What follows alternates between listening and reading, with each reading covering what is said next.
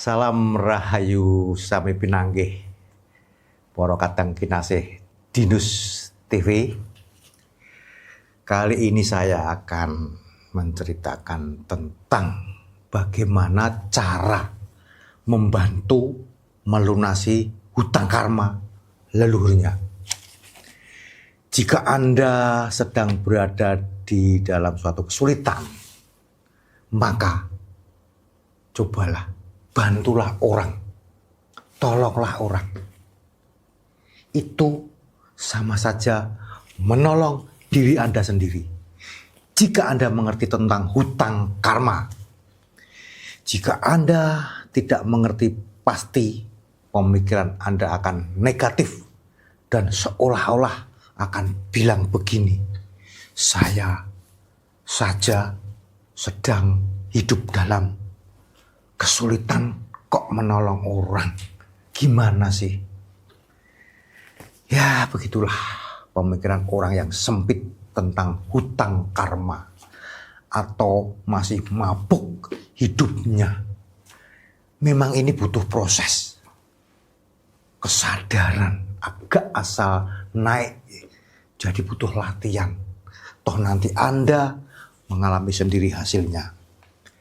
Jadi apapun yang Anda punya, jangan terus digenggam. Lepaskanlah. Nanti akan kembali kepadamu. Karena ada hukum terima kasih. Hutang karma dalam konteks spiritual dan agama itu mengacu pada keyakinan bahwa tindakan seseorang di masa lalu, baik perbuatan baik maupun perbuatan buruk, akan membawa konsekuensi di masa depan, baik dalam kehidupan saat ini maupun kelahiran berikutnya. Konsep ini erat kaitannya dengan prinsip karma, di mana setiap perbuatan menciptakan sebab dan akibat. Karma adalah prinsip dasar dalam banyak tradisi spiritual, terutama Hinduisme, Buddhisme, Jainisme, dan Sikhisme. Intinya, karma menyatakan bahwa tindakan seseorang memiliki konsekuensi baik positif maupun negatif yang akan dialami oleh individu tersebut di masa depan. Hutang karma dalam hal ini adalah akumulasi dari perbuatan-perbuatan buruk yang dilakukan di masa lalu. Konsekuensi dari perbuatan buruk ini diyakini akan muncul dalam bentuk kesulitan-kesulitan, penderitaan, atau tantangan dalam kehidupan seseorang. Kita ini hidup di dunia yang terlalu bising, sibuk berteriak-teriak tentang kebenaran, tentu dengan versinya masing-masing. Tapi sedikit yang paham bahwa semesta ini gak pernah ngurusin siapa yang paling benar. Alam kerjaannya cuma jaga keseimbangan. Mau Anda rajin ibadah, puasa, atau meditasi 7 hari 7 malam, kalau niatnya buat pamer, alam tetap nganggep itu noise. Karena alam cuma kenal satu bahasa, yaitu getaran. Bukan bahasa kitab, bukan bahasa ritual, bukan bahasa politik, tapi getaran batin yang jujur, bersih, dan netral. Kalau hati Anda baik, semesta mendengarnya. Kalau pikiran Anda tenang, alam pun mendengarnya. Kalau ego Anda masih berteriak-teriak, semesta juga tahu. Itulah kenapa kadang Anda ketemu orang yang gak pernah ibadah rutin, gak hafal mantra atau doa-doa, tapi hidupnya adem, ayem, tentrem. Ya karena hatinya sinkron sama getaran alam. Nah, di titik inilah sebenarnya jiwa-jiwa lama itu turun. Mereka lahir gak buat ikut main kejar-kejaran duniawi. Mereka turun karena ada tugas khusus. Ada yang tugasnya jadi penyaksi maupun pengingat, yang biasanya lahir di tengah keluarga kacau, lingkungan toksik, atau komunitas yang sudah jauh dari nilai kemanusiaan. Ada yang bertugas melempar kode, memberi tanda, atau minimal bikin orang berhenti sejenak untuk berpikir. Sebelum lanjut, ada pula yang tugasnya bayar karma keturunan. Sering Anda bertemu dengan orang baik banget. Nerimo hidupnya penuh ujian. Kayak sial, nggak habis-habis. Nah, dia itu lagi bawa hutang karmanya leluhur.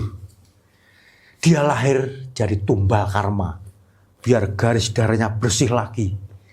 Di dunia tampak kayak pecundang. Di dimensi batin, dia pahlawan garis depan. Ada juga yang tugasnya mengangkat derajat keluarganya. Biasanya hidupnya dibikin penuh luka, patah hati, jatuh bangun. Tapi akhirnya bersinar. Karena dia disiapin buat menutup lubang dosa keluarga. Biar anak cucu setelahnya hidup lebih baik. Dia itu penyambung rantai takdir. Dan yang paling menarik, ada yang tugasnya cuma jadi cermin. Hadir sebentar, melakukan hal-hal aneh, bikin orang sekelilingnya ngomongin, ngejak sampai akhirnya mereka sadar. Jangan-jangan gua lebih gila dari dia. Ya. Tugasnya selesai setelah orang-orang di sekitarnya dapat pelajaran. Kadang bahkan orang kayak gini meninggalnya malah cepat. Karena tugasnya nggak banyak. Cuma bikin orang lain belajar. Jadi mulai sekarang jangan gampang memberi label orang aneh, gila atau enggak waras. Bisa jadi dia itu perwakilan alam yang turun memberikan pelajaran kepada kita. Cuma karena kita enggak ngerti bahasanya jadi teriak aneh. Padahal semesta itu adil. Semua yang lahir sudah membawa tugas masing-masing.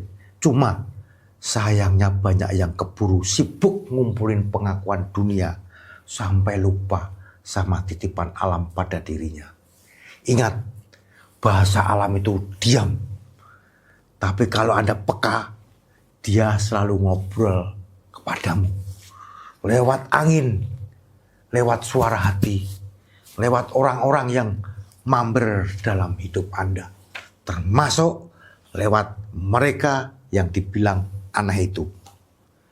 Dan kalau Anda sudah bisa mendengar bahasa itu, selamat. Berarti Anda tidak lagi hidup di dimensi manusia biasa. Anda sudah masuk ke frekuensi jiwa-jiwa sadar yang tahu bahwa waras versi dunia itu cuma ilusi.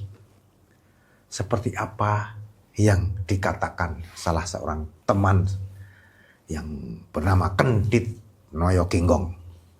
Terima kasih. Semoga bermanfaat walau tak sempat dapat. Semoga semua makhluk berbahagia. Rahayu.